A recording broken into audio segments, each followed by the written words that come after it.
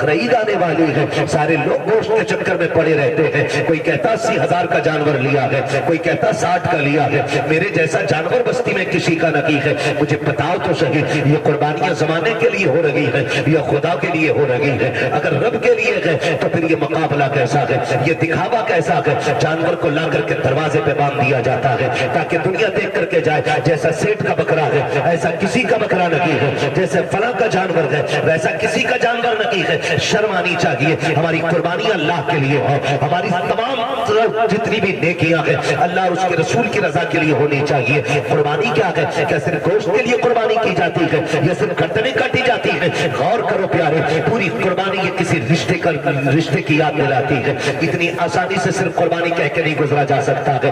آپ دیکھو تو صحیح تاریخ کا یہ باب پلٹو، لوگ حج کرنے کے لیے جاتے ہیں، صفا مروہ کی صحیح یہ ماں باپ کی اور اولاد کے رشتے کی یاد دہانی ہے۔ آپ دیکھیں زمزم آپ پیئیں گے تب بھی تمہیں ماں اور بیٹے کا رشتہ دکھائی دے گا، آپ جائیں گے جب شیطان کو کنکر ماریں گے وہاں بھی تمہیں باپ بیٹے کا رشتہ دکھائی دے گا، جب گردن پہ چھری چلاتے ہو جانور کی غور سے دیکھنا وہاں بھی بیٹے کا باپ کا رشتہ نظر آئے گا۔ یہ رشتہ کتنا عظیم ہے رب کی بارگاہ میں، آپ غور تو کرو پیارے۔ آج ہم یہ سمجھ لیتے ہیں کیا کیا دنیا کے باپ پالتے ہیں، ہمارے باپ نے پالا تو کون سا بڑا کام کر دیا، ہم نادان ہیں، غلط کہہ رہے ہیں اس بات کو۔ ان سے پوچھو جن کے پاس باپ کا سایہ نہیں ہے، زمین کتنی تنگ نظر آتی ہے، خوشیاں کتنی محدود ہو جاتی ہیں جب سر سے باپ کا سایہ چلا جاتا ہے۔ خدا کی قسم اگر باپ ہوتا ہے تو پتہ نہیں چلتا جوانی کب آ گئی ہے، اور اگر باپ چلا جاتا ہے تو پھر جوانی مشکل سے میسر ہوا کرتی ہے۔ جس عمر میں بستے اور کتابیں ہونی چاہیے اس عمر میں ہاتھوں میں اوزار آ جاتے ہیں، میکینک بنا دیا جاتا ہے، ہوٹلوں کے برتن آ جایا کرتے ہیں۔ ماں باپ کا نہ ہونا زندگی کو تباہ و برباد کر دیتا ہے۔ اللہ نے ماں باپ جیسی دولت دی ہے، وہ جوانوں ان کی عزت کرنا، ان کی خدمت کرنا، جب تک ماں باپ ہوتے ہیں یہ سمجھ لینا خدا کی رحمتیں نازل ہوتی رہتی ہیں۔ میں تاریخ کا یہ باب پلٹنا چاہتا ہوں، آپ تاریخ اٹھا کر کے دیکھیے۔ اللہ کے خلیل حضرت ابراہیم علیہ الصلوۃ والتسلیم، حضرت ابراہیم کی آپ زندگی پڑھیے،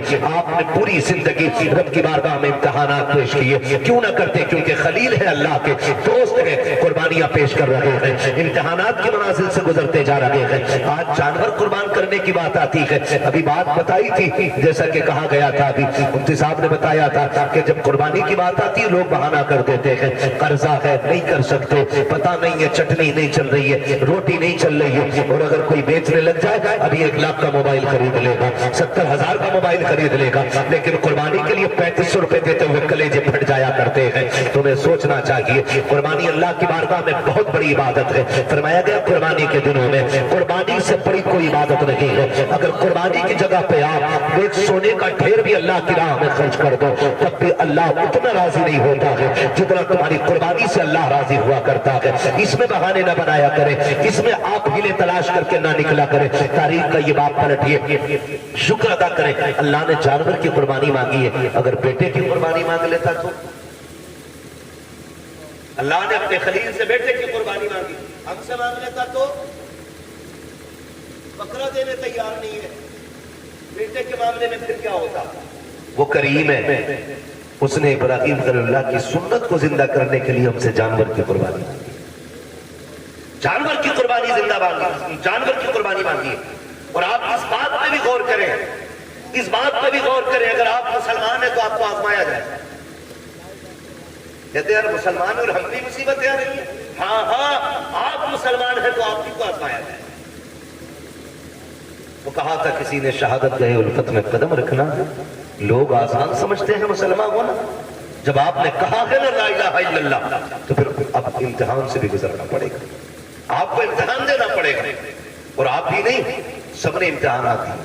میرے نبی فرماتے سب سے زیادہ مجھے آزمایا گیا، سب سے بڑے بڑے امتحانات میرے لگے، میرے محبوب کے سب سے بڑے امتحانات رہے، لیکن حضور نے امتحانوں میں کیا کیا؟ تاریخ گواہ ہے، کسی نے پتھر مارے میرے حضور نے بدلے میں پتھر نہیں مارے، کسی نے ستم کیے تو حضور نے بددعا نہیں کی، مکے سے نکالے گئے لیکن حضور نے کبھی بددعا کے لیے ہاتھ نہیں اٹھائے، یہاں تک کہ طائف میں پتھر لگے حضور کے ہاتھ اٹھ گئے۔ حال کیا تھا؟ جوتیاں خون سے بھری ہیں، بدن کپڑے خون سے شرابور ہیں، چہرے سے خون بہ رہا ہے، لیکن ہاتھ اٹھے تو یہی کہا تھا مالک انہیں عذاب نہ دینا، انہیں بخش دے، مالک انہی کی نسل سے دین کے علم بردار پیدا فرما دے۔ یہ ہمارے حوصلے ہیں، یہ ہمارے معاملات ہیں. ذرا سے امتحانات آ جائیں لوگ کلیجے پھٹ جاتے ہیں. ہم مسلمان ہیں، ہم پہ یہ ستم ہو رہا ہے، ہم مسلمان ہیں، ہم ستائے جا رہے ہیں. کہاں ہے اللہ کی مدد نہیں آتی؟ کب آئے گی اللہ کی مدد؟ او بھائی امتحان کی گھڑیاں ہیں، ان کو ذرا سنبھل کے پار کرنا ہے. جو امتحان میں پار ہو جاتا ہے، امتحان پاس کر جاتا ہے، سمجھ لینا دنیا بھی کامیاب ہے، آخرت بھی کامیاب ہے. کیسے کیسے آزمایا جاتا ہے، یہی اللہ کے خلیل ہے.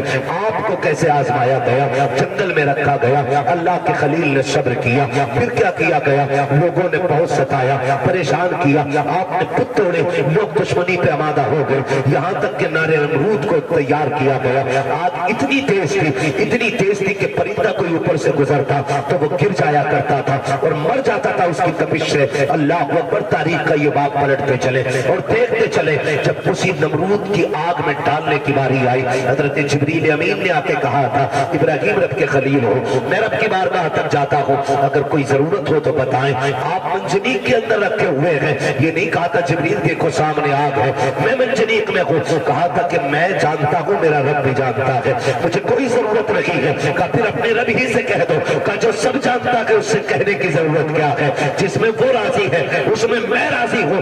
یہ کہہ کے آپ راضی ہو گئے. جب نارے نمرود میں ڈالا گیا، اللہ نے آگ کو ٹھنڈا ہونے کا حکم دیا. آگ ٹھنڈی اور سلامتی والی ہوئی. آپ نارے نمرود میں رکھے، باہر تشریف لے کر کے آئے.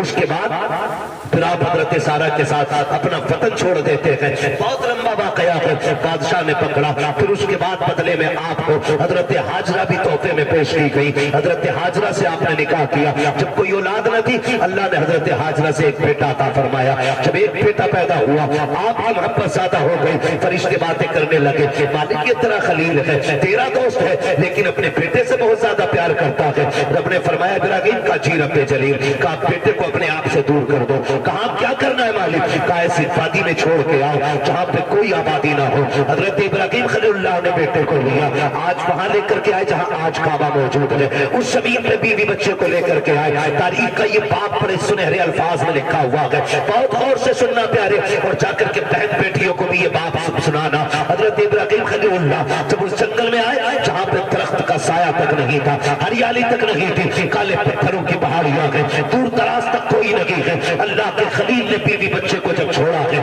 اور چھوڑ کے جانے لگے ہیں، حضرت حاجرہ نے دامن پکڑا، ساتھ چلنے لگی ہے. مورخین نے لکھا ہے 3 میر تک دامن پکڑ کے حضرت حاجرہ چلی ہے اور یہ پوچھتی جا رہی تھی اللہ کے خلیل بتاتے تو جاؤ کیوں چھوڑ کے جا رہے ہو؟ کوئی خطا ہو گئی ہے؟ بتاؤ تو صحیح، کیوں چھوڑ کے جا رہے ہو؟ کیا بات ہے؟ اپنی مرضی سے چھوڑ کے جا رہے ہو یا رب کے کہنے سے چھوڑ کے جا رہے ہو؟ یہ حضرت حاجرہ کہتے کہتے 3 میر تک دوڑی ہے. تاریخ گواہ ہے، خدا کی قسم ایک جملہ بھی حضرت حاجرہ نے ناشکری کا نہیں کہا تھا.